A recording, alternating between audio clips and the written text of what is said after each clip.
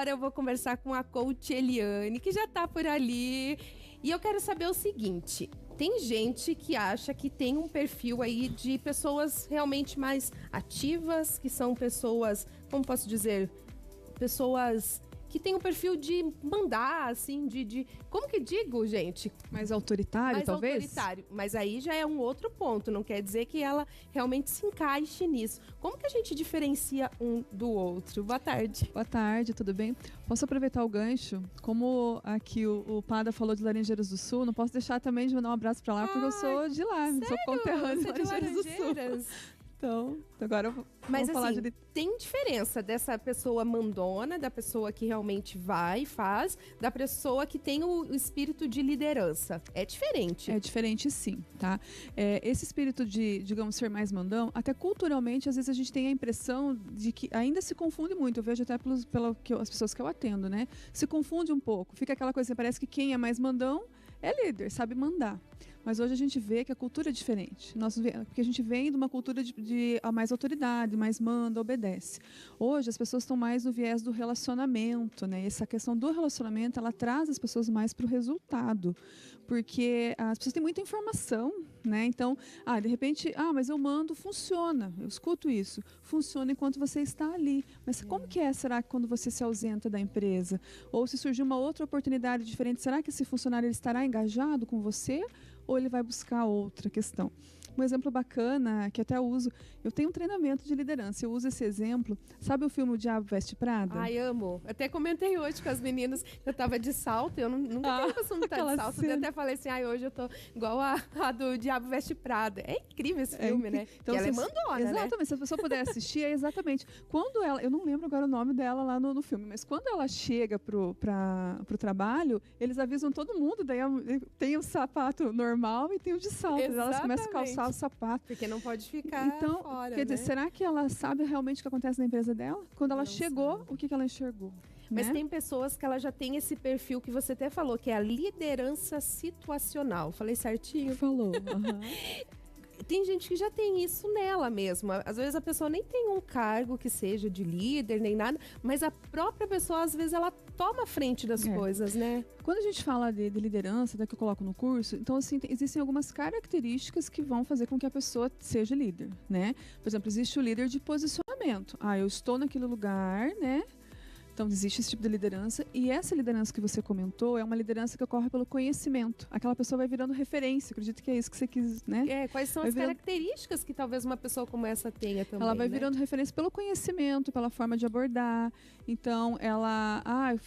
tem alguma dúvida? Fala com fulano sabe. Então, isso independe do cargo. E o bacana é quando junta os dois. Quando a pessoa tem realmente o cargo de liderança e as pessoas têm essa confiança nela para desenvolver.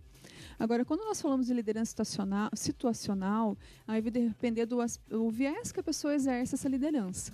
Porque a situacional, ela é muito relacionada ao colaborador.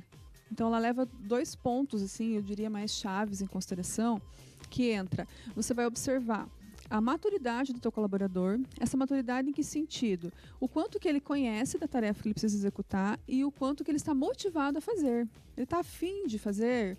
Aí não é que dizer assim, então, mas você não está afim, não vai fazer. Não, é no sentido assim, de você observar. Porque se ele não conhece a tarefa, qual que é o grau de motivação que você tem para realizar algo que você não sabe? Verdade, né? É mais difícil mesmo. Então, esse é um viés da liderança situacional. E o outro lado é o viés daí pelo líder, que é a escolha do estilo de liderança. Então, se eu observo o meu liderado, eu escolho o meu estilo. E essa escolha, então, ela se baseia em 2 aspectos também, que é o comportamento de tarefa, ou seja, quanto de quantidade de informação que eu vou passar para a pessoa na hora de executar a tarefa, e o comportamento de relacionamento. O quanto que eu vou me relacionar com ela. Eu vou dar mais informação, eu vou dar menos informação. Eu diria assim, que quanto menos conhecimento sobre a tarefa o teu liderado tem, mais voltado para a tarefa é o relacionamento. Porque ela acaba passando instruções, né? No caso, assim, a empresa acaba ganhando em ter um funcionário, um profissional com esse perfil de liderança? Ganha muito, porque a empresa busca resultado. E o resultado, ele ocorre através das pessoas. Então, se o líder consegue desempenhar a liderança situacional, ele vai promovendo a evolução do grupo. E como eu falei, eu acho que eu vou comentar agora dos 4 aspectos aí que envolvem, né? Então, quando se fala de maturidade, o primeiro aspecto que você vai observar, ela divide em 4 tipos de maturidade: M1, M2, M3 e M4. Em cada um desses tipos vai ser observado para o viés do colaborador e da liderança. Então, por exemplo, o primeiro viés é quando o teu colaborador não conhece a tarefa que ele vai executar. Então, assim, ele não tem aquela disposição para realizar e ele não conhece. Então, a gente já começa a imaginar que tipo de liderança que vai fazer. Será que eu consigo dizer qual é a tarefa e dizer assim, viu, eu vou no banco, depois eu volto? Será que dá para fazer assim? Não, né? E, geralmente, quando a pessoa não tem essa habilidade de liderança situacional, ela acaba tendo um estilo dela. Ela fala, você já viu alguém falar assim, bom, tem gente que se adapta comigo e tem gente que não. Daí será que às vezes ela não está perdendo, né, talentos em função disso? Então o primeiro nível é esse. Daí nesse nível, então a pessoa está mais insegura com relação à tarefa. Daí o estilo adequado para se utilizar é o estilo de direcionamento, onde ela vai passar instruções específicas, né? Então a pessoa ainda não conhece. Então faz isso e isso. Esse é o nível 1.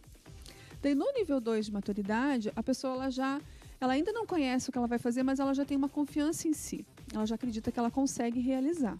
Então, o estilo que a gente orienta já é o estilo de orientação, onde ela vai passar as instruções, mas ela vai trocar ideias, ela vai dar abertura para a pessoa conversar.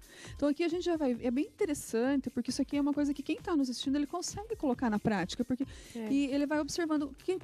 E até mesmo já consegue se ver, né, nessa situação, né? Porque a cada nova tarefa, você pode se encontrar. A pessoa... Vamos dar o exemplo aqui da Rafa, né, Rafa? Você não assumiu uma tarefa nova aqui? Nossa. E olha o quanto de bagagem que você já tem. Mas para essa tarefa nova, você teve que começar nos estágios. Eu não conheço. Será que eu dou? Será que eu vou? Eu acredito, né? Não, eu vou sim, porque eu tenho conhecimento e assim vai. E daí o nível 3 já é quando a pessoa ela tem o conhecimento, mas ela não quer realizar. Ela não quer por quê? Porque ela está sentindo falta de autoconfiança em si. Então aí o estilo que a gente recomenda é o do apoio. É o líder ir lá conversar, trocar ideias, sentir qualquer dificuldade e apoiar a pessoa.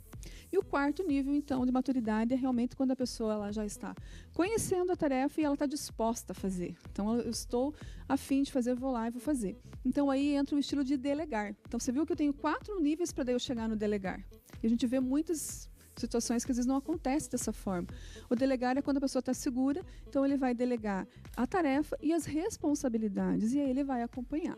Ela, antes de eu vir conversar com a Eliane, ela falou assim, é muito assunto, é muita coisa. Realmente é muito assunto, mas acho que dessa maneira deu o pessoal em casa entender um pouquinho, né, de como funciona e até mesmo, como você disse, às vezes se vê numa situação como essa, né, Acredito Eliane? que a pessoa possa ver e realmente observar como que está hoje o meu liderado e como está a tarefa. Então, a característica principal da liderança situacional é observar como que está e assim você vai permitindo que o teu funcionário evolua, ele vai ganhando confiança em você e gera o crescimento. Obrigada, viu? Ótima semana para você, Eliane. Igualmente, boa parabéns segunda. Aí. Obrigada. Eu falei, né, os meus entrevistados eu vejo por aí e daí é tão legal quando eu vejo eles aqui também, assim, sabe? Então, fico felizona.